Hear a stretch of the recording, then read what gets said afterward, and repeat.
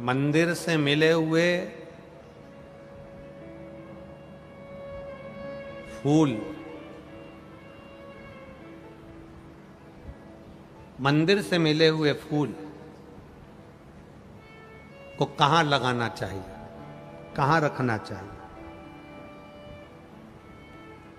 मंदिर से कोई पंडित जी आपको फूल दे देता है, उस फूल को सबसे पहले कहां लगाना चाहिए, कहां रखना चाहिए?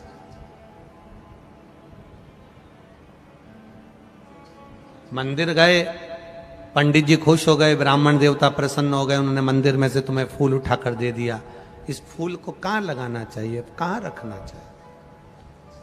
शिव महापुराण में, लिंग पुराण में, पद्म पुराण में, स्कंद पुराण में पुष्प का भी वर्णन है कि मंदिर से मिला हुआ पुष्प नयनों से लगाकर, हृदय से लगाकर अपने कर्ण में लगाया जाता है, कानों में लगाया जाता है।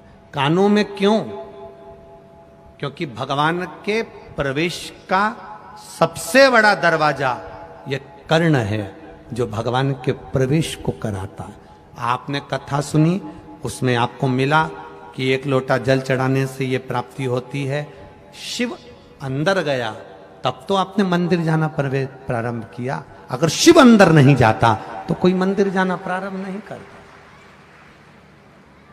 लगाया हृदय से, कर्ण पर रखा, कर्ण पर रखने के बाद उसको फिर पुष्प को विसर्जन करने से पहले अगर कोई पंडित, कोई विद्वज्जन, कोई ब्राह्मण जन आपको फूल दे देते हैं, हृदय से, नेत्रों से लगाने के बाद, मस्तक से लगाने के बाद उसे थोड़ी देर कर्ण पर जरूर रखना चाहिए। कर्ण पर रखने के बाद फिर भले उसको उतार कर तुम विसर्जन कर दो, पर कान के छुए बिना उसका विसर्जन भी नहीं होता है। बेलपत्री के वृक्ष के नीचे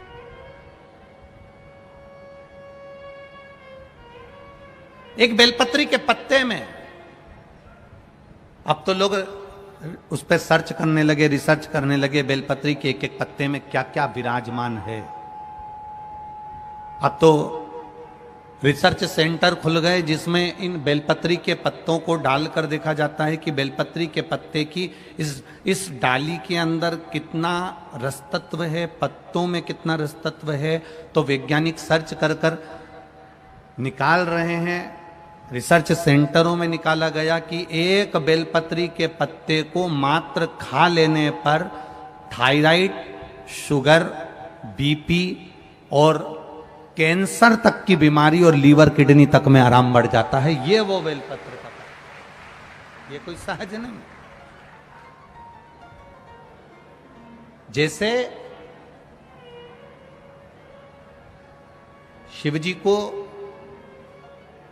आप 5 जगह पर जल चढ़ाते हो, थोड़ा ध्यान देना कथा पर। शंकर भगवान को 5 जगह पर आप जल चढ़ाते हो। मान लो अगर कोई विषम परिस्थिति है और आपको लग रहा है कि मेरा यह काम बाबा को कर देना चाहिए, ना जाने क्यों अटक रहा है, मेरे भोलेनाथ जी को मेरा यह काम कर देना चाहिए, ना जाने क्यों अटक रहा है, तो जो जो जगह पर आप जल समर्पित करते हो, जिस जिस जगह पर आप जल समर्पित करते हो, जैसे गणेश जी की जगह पर जल समर्पित करते हो, सबको मालूम है ना, स्थान तो सबको मालूम है ना गणेश जी का। जैसे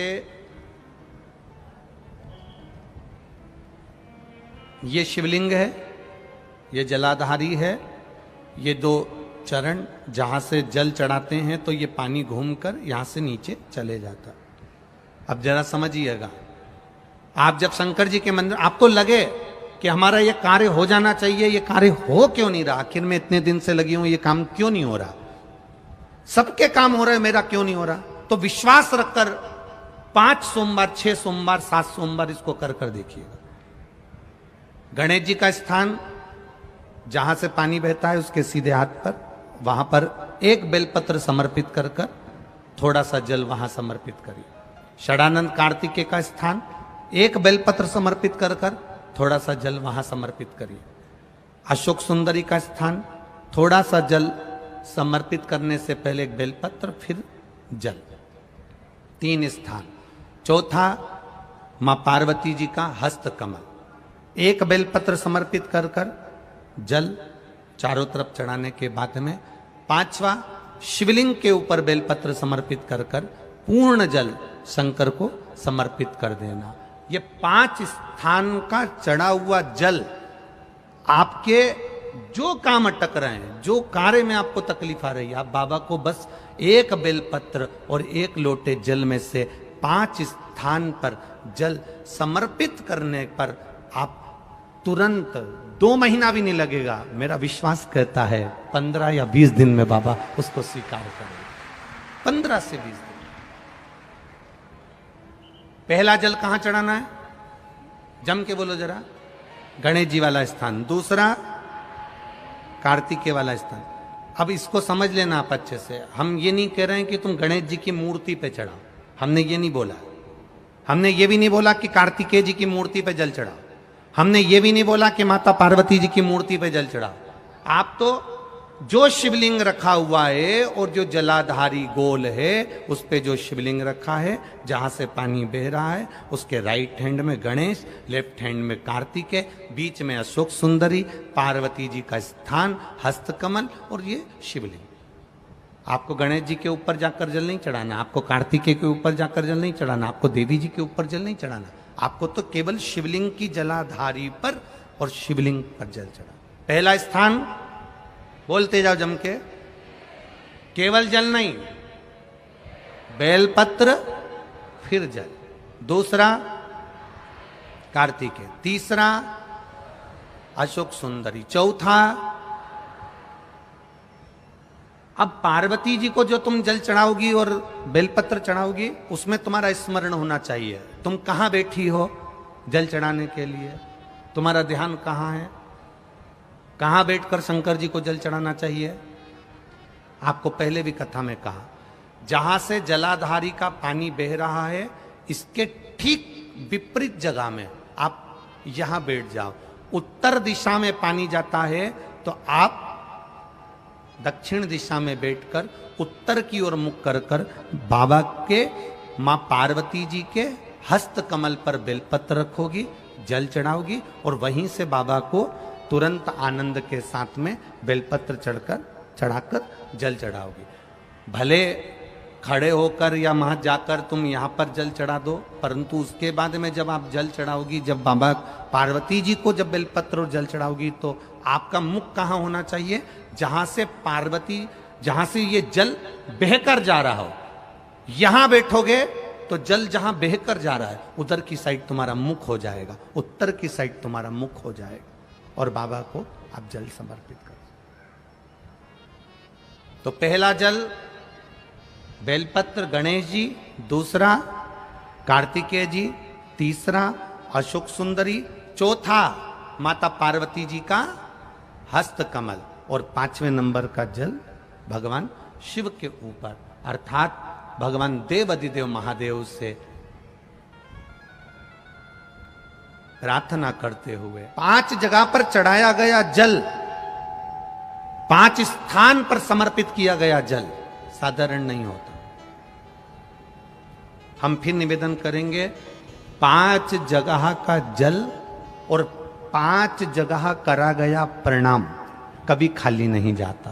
पहला स्थान अपने पिता के चरणों को जो प्रणाम करता है उसको कभी गरीबी नहीं आती।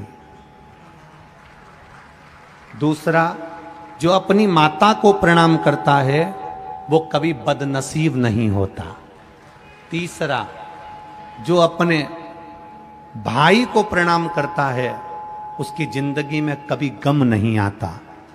चौथा, जो अपनी बहन को प्रणाम करता है उसका चरित्र कभी गंदा नहीं होता। और 5वां, जो अपने गुरु के चरणों को प्रणाम करता है उसकी जिंदगी में कभी कष्ट आता ही नहीं है। ये शिव तत्व। 5 स्थान पर चढ़ाया गया जल, गणेश, कार्तिकेय, अशोक सुंदरी, मां पार्वती और शिवलिंग, 5 जगह पर चढ़ाया गया जल आपके मनवांछित फल की प्राप्ति करा देता है और 5 जगह पर करा गया प्रणाम आपके जीवन को आनंदित कर देता है।